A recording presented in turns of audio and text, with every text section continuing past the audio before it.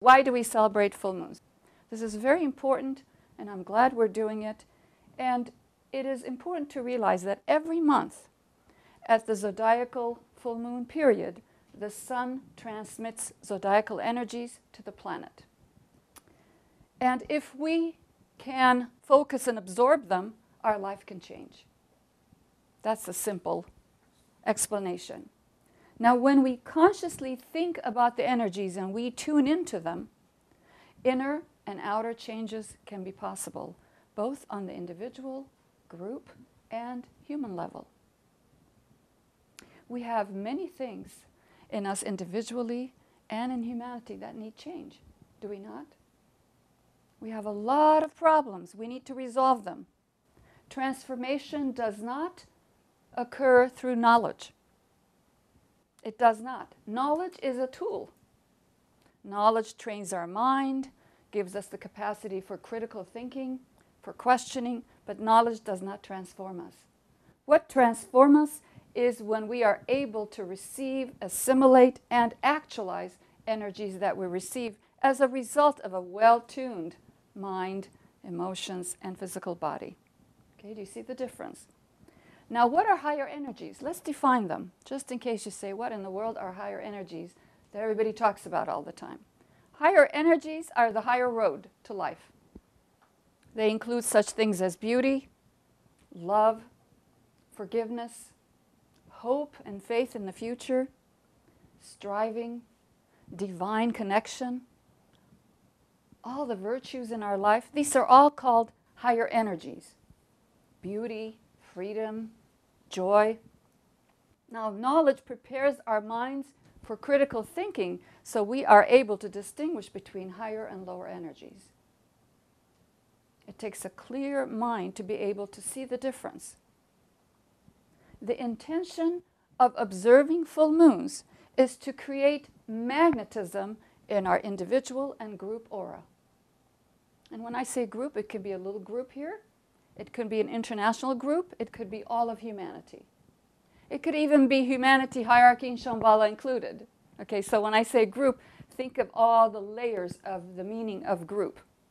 So the intention is to create a receptacle, a magnetic receptacle to receive higher energies.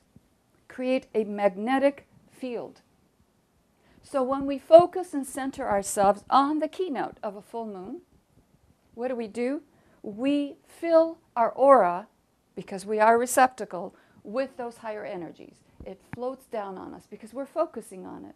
We are saying, I'm here to receive. I am thinking about this particular keynote. Okay, I want you to really focus on this and try to understand, why is it that you do meditation? Why is it that you do prayer? Why is it that you focus on something intently? What happens? What you're doing is creating a receptacle, a magnetic receptacle to receive energies, inspirations, ideas, visions, plans. Okay? It's the same process. So the aura receives these energies. What is the aura? Simply put, it is the radiation of exactly who you are. Good, bad, and indifferent. Everything.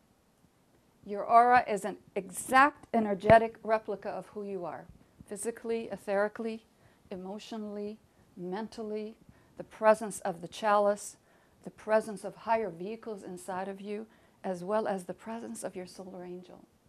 Everything that you are affiliated with, every body is in your aura. So that is what receives these higher energies. Wherever our focus is, that's where the energies go. If we are physically focused, the physical centers receive the energy from the aura. If we are emotionally centered, which many people are, the energy from the aura comes to the emotional centers.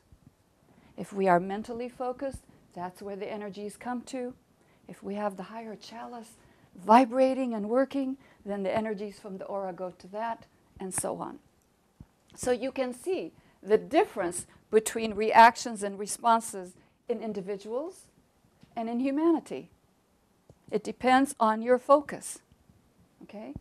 And it changes year after year, and that is the keynote that we need to see as disciples, that what happens 5 years ago, this is how I reacted to the Leo or Aquarius or Aries energy. Then now it's different.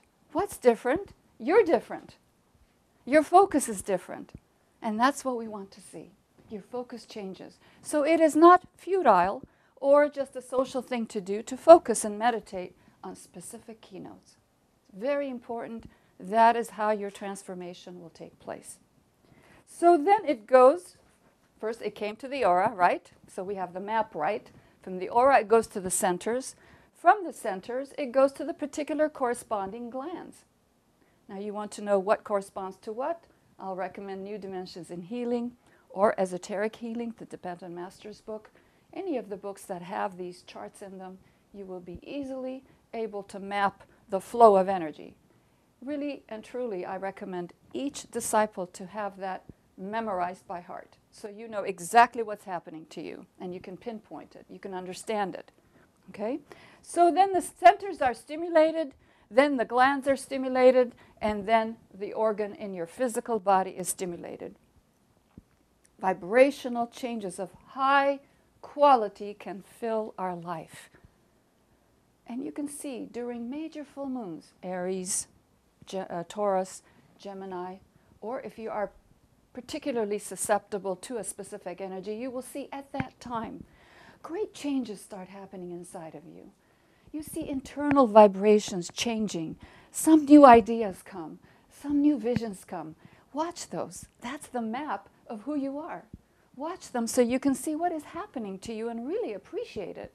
Because, why? We are focused on the material end and we don't focus on what is happening to us energetically. So as disciples, we are changing our focus from the material to the energetic. So we can give due credit to that. It's not just unconscious thing that happens to us. We actually consciously tune in with it. So for example, let's take an example of during the full moon of Leo. The sun energy gives us a lot of love energy. And that love energy goes to our aura, to our heart center, whichever body is our focus, and from there it stimulates our life. If it's mental, the chalice, higher spiritual triad, you start thinking of cosmic love, cosmic compassion. It can be emotional and your relationships are better because of that love inspiration. Physically, you start being more loving perhaps, more forgiving, and so on. So that is one example. So when we pull ourselves together and we center and focus, it helps us clear ourselves. So you know that yourself.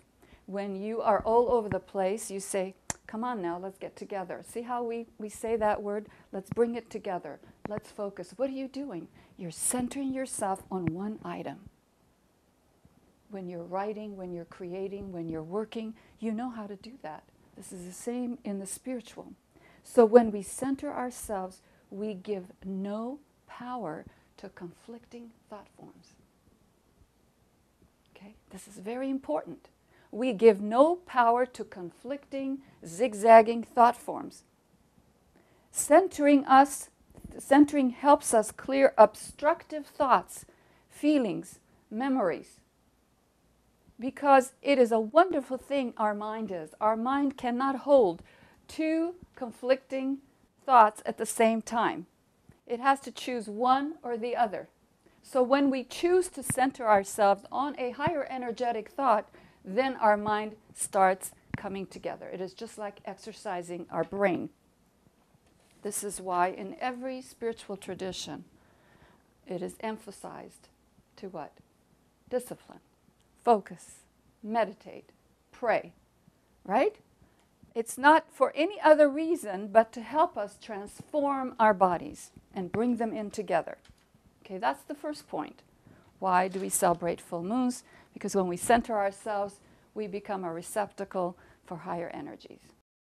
This is Gita Saraydarian, and I would like to thank you for your interest in this video lecture. We have books, booklets, and spiritual study courses on this very topic. Please visit us at tsgfoundation.org for more information on all TSG Foundation products and services. Thank you.